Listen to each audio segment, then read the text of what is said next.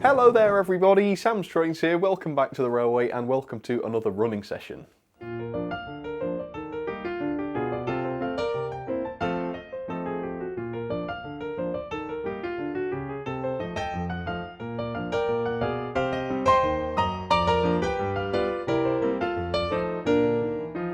So, I absolutely love Victorian steam locomotives, all pre-grouping locos, all earlier steam locos I seem to absolutely love. There's just something about them that is absolutely fantastic. So I've decided that today I'm going to do a running session with them, and thank you also very much to Ishan the train lover, I think it was, who suggested I do this video.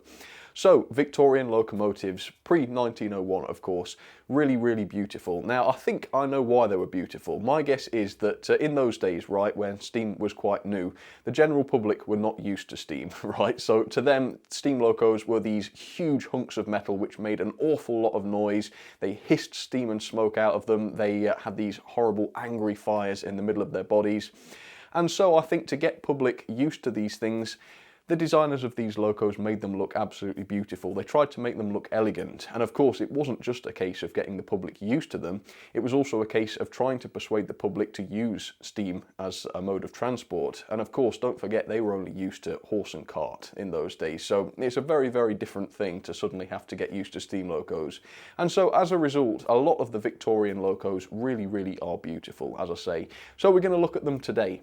So, you might be familiar with my normal format of running session where I put 6 locos into sidings, I get them out of the sidings, I run them for a bit, put them back into the sidings. Now I don't want to say that it's boring as such, let's say it's repetitive, just to be polite about it. So today I thought I would do a slightly different format. I'm going to show you basically every Victorian tank engine I've got. So do let me know in the comments once you've seen this video, do you prefer the old style of running session or is this a bit more interesting to you? Please do let me know. So here we go then, all of the Victorian, I think all of the Victorian tank engines I've been able to collect. Alright, let's show you. Okay, so here we are then at the turntable, and we're going to start with some southern region locos, engines from the south. So as you can see here we've got some 044s, and these are the M7 of course. The ones on the left there are the triangle ones, quite old fashioned those. And then my favourite is the one on the right hand side here, which is the modern Hornby version. Absolutely love that. So they were from the LSWR, later to be the Southern Railway, and then this one over here is the Hornby H class, which was not part of the LSWR. I think that was the SECR. Well, it certainly was, as you can see by the side of the tank. So M7s, or rather 044 locos. Absolutely love those. Then we've got a couple of, what's this? Is this the East Kent Railway? I think so. So these are the Adams radial tanks. I've got a couple of them, as you can see. They are, what are they? They are 442 locomotives, tank engines. Very unusual wheel configuration.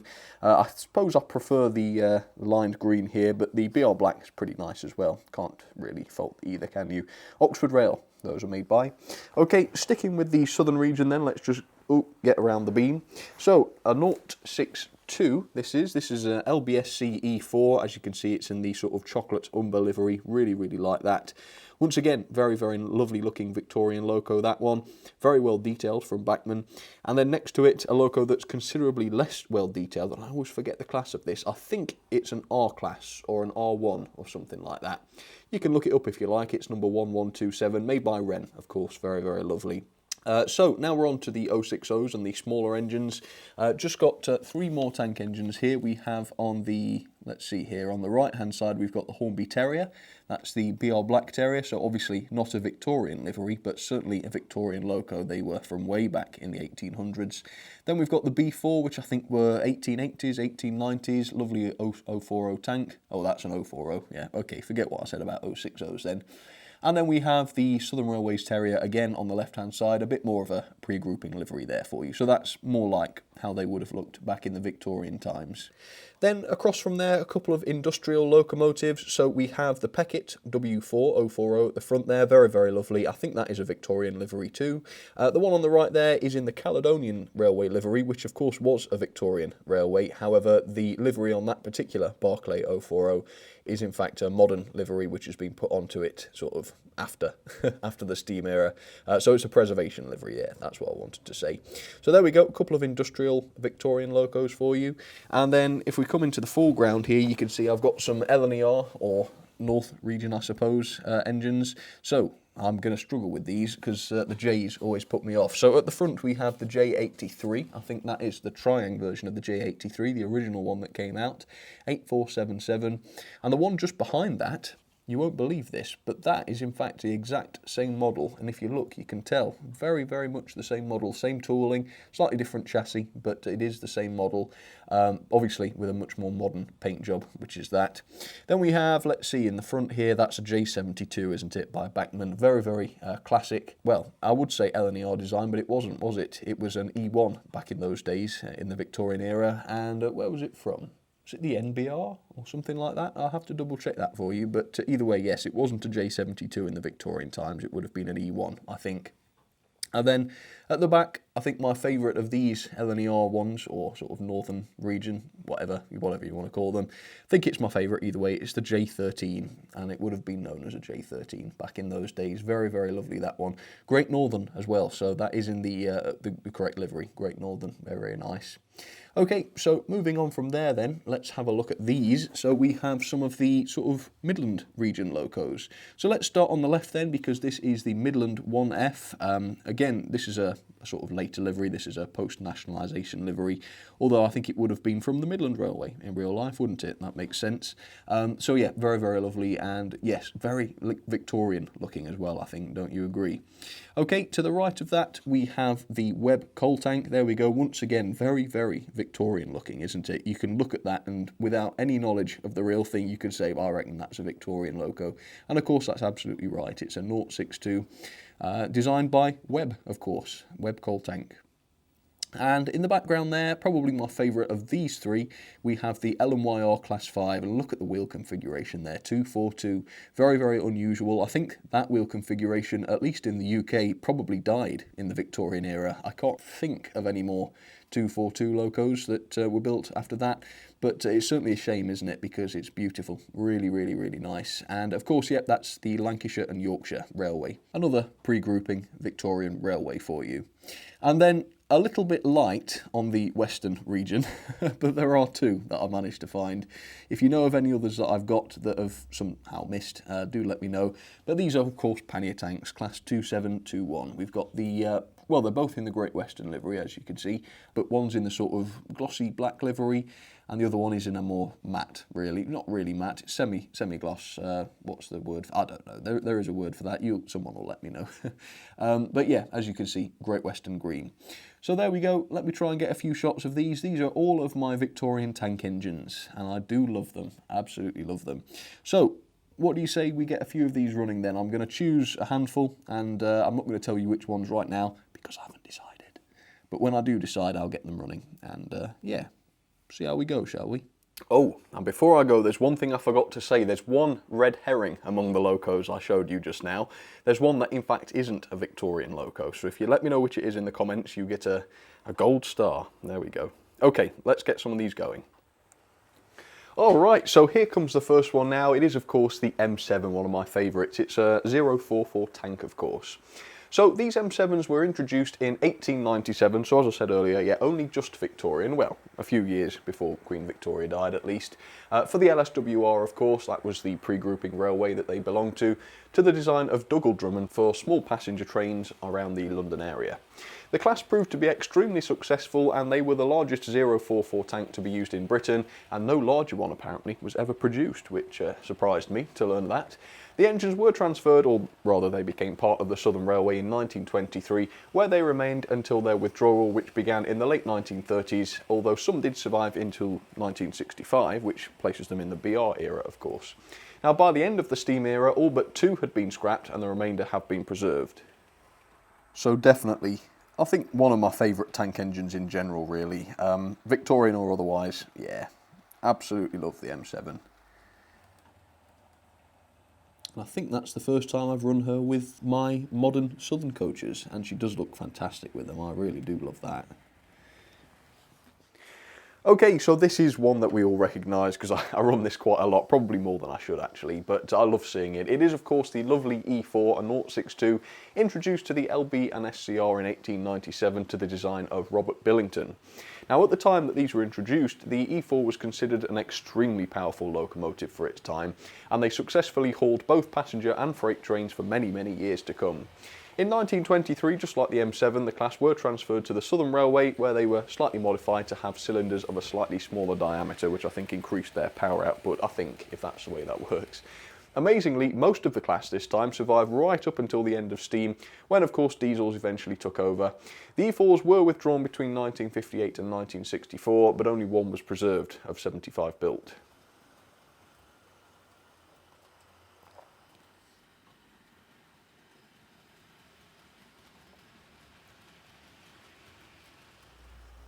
So there we go.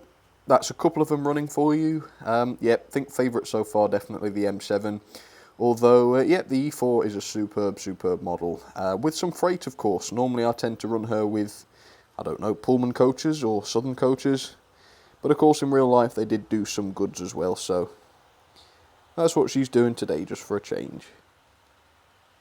So the third engine is completely unlike the others I've shown so far. Look at this. It is of course the Peckett. I can't do an old-fashioned Victorian running session without the Pecketts. So the Peckett W4, that's what this one is, were first introduced in 1885, and they were of course built by Peckett and Sons in Bristol for the next 20 years or so. So most of them were Victorian then. The company produced several variations of their 040, ranging between the W2 and the W7, and this example, of course, the W4, had 3-foot, 3.5-inch driving wheels and 20-inch piston stroke. Peckett and Sons mainly produced locomotives for collieries, ironworks or similar industrial premises, and they did this very successfully, in fact, for many years, until 1958, when their last ever steam locomotive was produced. In 1961, the company was taken over by Reed Crane and Hoist Company, which also went bust before very long. So there we are then. Did you enjoy that? It's not quite satisfied me, I'm afraid, so what do you reckon? Shall we do a few more? No, I think we should. Let's just have a couple of shots of these going together, shall we? Just because they've gone to the trouble of coming to display themselves for us. Yeah, I can't keep my eyes off that M7, I'm sorry to say. I don't know about you guys. Oh yes. In fact, I really need to try and run that M7 a little bit more often, don't I? Because it really is stunning. Right then, so I'm going to choose a few more of these Victorian tankers. I quite enjoyed this actually, I like choosing them. And we'll get them running in just a second. Alright, don't go anywhere folks, and I'll be back with you in just a second. There we go, one more look at the E4. Okay, be right back. Okay, so here's another absolute beauty, an 060 for you this time. It is of course the Class J13. And these gorgeous little engines were designed for the Great Northern Railway this time by Henry Ivatt in 1897, so once again only just Victorian. The class was based on the earlier J14, also known I think as a J53, and they were intended for shunting. The class became part of the L&R in 1923, where they were reclassified as the J52, and many of us know these as J52s. And depending on where they worked, the locos were fitted with condensing equipment so that they could run underground if necessary, and specifically those working, of course, in the London area would have this fitted so that they could presumably run on the underground. 85 of them were built in total over quite a long period of 12 years, so a lot of them then won't actually have been Victorian, but that doesn't matter, we'll ignore that. But only one of them was preserved, number 8846. So there you have it then, the J13 with a bit of a goods train there with the Smith's Crisp Snacks and Nuts fans. In fact, funnily enough, recently I actually tried Smith's Crisps for the first time. They're a very old brand, but I'd never had them. And I must say, they were absolutely fine. If you pardon the slight tangent, they were absolutely fine. I would describe them as cheap crisps. They're not sort of absolutely delicious like kettle chips are. But usually, with cheaper crisps, you sort of try them and you think, well, they're okay, but they're not as good as Walker's. But actually, I would say that the Smith's Crisps I had were about as good as Walker's, and of course, a fraction of the price. So, yeah, very much enjoyed those, and I'm seriously considering buying Smith's Crisps normally, because they were fine, really, really nice. So yeah, not sponsored by Smiths at all, but if you fancy some crisps, yeah, try some Smiths and let me know what you think. They're absolutely fine. Really, really nice.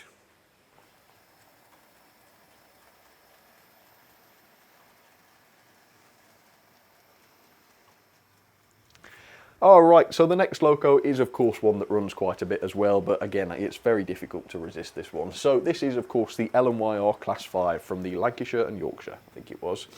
So these were first introduced in 1889, so definitely Victorian, you know, quite a long way in fact before Victoria died. And they were introduced to the design of John Aspinall. And these handsome tank engines were generally used for small passenger services on track with pretty steep gradients, which might surprise you. Yes, they were climbers. And some were even fitted with push-pull equipment, and 300 examples were built between 1889 and 1911, so again some weren't necessarily Victorian, although several variations and revisions were made over that time, such as the addition of smaller cylinders, larger water tanks and the addition of Belpaire fireboxes I think as well. The class were rather unique in that they were fitted with water scoops, a feature which is of course usually only seen on tender engines. The class once again largely survived into the BR period, although some early withdrawals did take place in the 1920s. The rest of the class were withdrawn before 1961 and only one example has been preserved, and that was the first built number 1008, which isn't running anymore unfortunately. She is just static at the NRN. So the L&Y Class 5, one of my absolute favourites, and yeah, to think I almost lost her. The motor died, and I surgically dissected the motor and managed to clean it up and fix it. And normally it's sort of only a quick fix, it normally doesn't last long once you've done it, but it's always worth a try, you know. But nope, this time, that was 6 months ago, and she's run absolutely fine ever since, so thank goodness for that. Certainly wasn't going to pay Backman 25 quid or whatever it was, 20 quid I think, for a new motor. That's crazy. So I fixed the problem myself and I'm very pleased. And here is the last loco then, here she comes now. This is the Great Western pannier tank, or more specifically the Class 2721. This one was quite an early pannier tank design from 1897. Loads and loads of today's engines have been from 1897, a very strong year for steam locos. And these were designed by William Dean. And the design actually originated from an earlier class. It was the 1854 class, which was about 10 years older, so we're talking 1880s this time. And 80 of them were built over a total of 4 years, I think it was. And they proved to be a very effective design, despite not being very comfortable for crews, apparently. Of course, with that exposed cab, pretty horrid that. All members of the class were sadly withdrawn during the late 1940s, and while some were modified, none were preserved, at least not in their original form.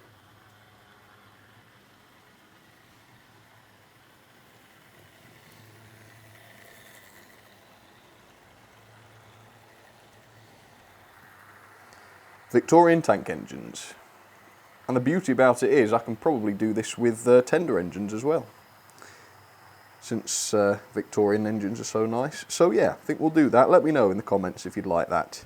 And also, there's far too many locos I've shown today to put them all into a poll, so let me know down in the comment section this time, which engine did you like the most of all the ones I've shown today. We'll see if there's any clear winners.